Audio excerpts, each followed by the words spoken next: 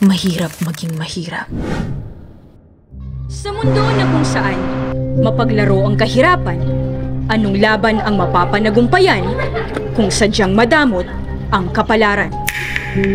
Sa likod ng nakakubling lente ng bawat kamera, iba't ibang kwento ng buhay ang karaniwang nakikita.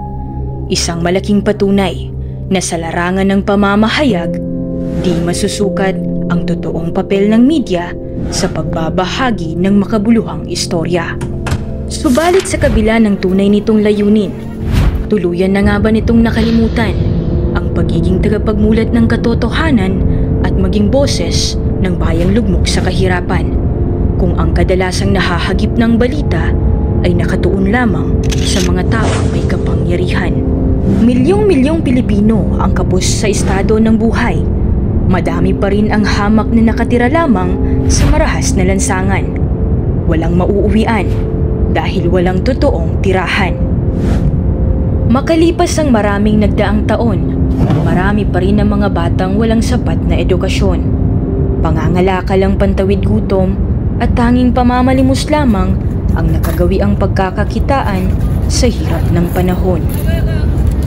Sa masalimuot na sistema ng Pilipinas, mataas pa rin ang presyo ng bigas. Di pa rin bukas sa lahat ang pagamutan. Patuloy pa rin ang hinaing ng mga magsasaka at ng bawat Pilipinong manggagawang nakikibaka. Bagay na bihira lamang pagtuunan ng pansin ng kamera. Dahil kung tutuusin, obligado lamang ang bawat galaw ng kamera sa problema ng gobyerno, away politiko, maging ang bangayan sa Senado, at kontrobersyal na mga issue ng mga kilala at malaking tao.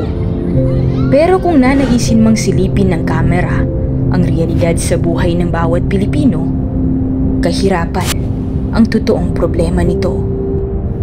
Gayunpaman, kung patuloy na maging hamag na bulag ang media, ano pa nga bang panghahawakang pag-asa kung maging ito'y naging baluktot na?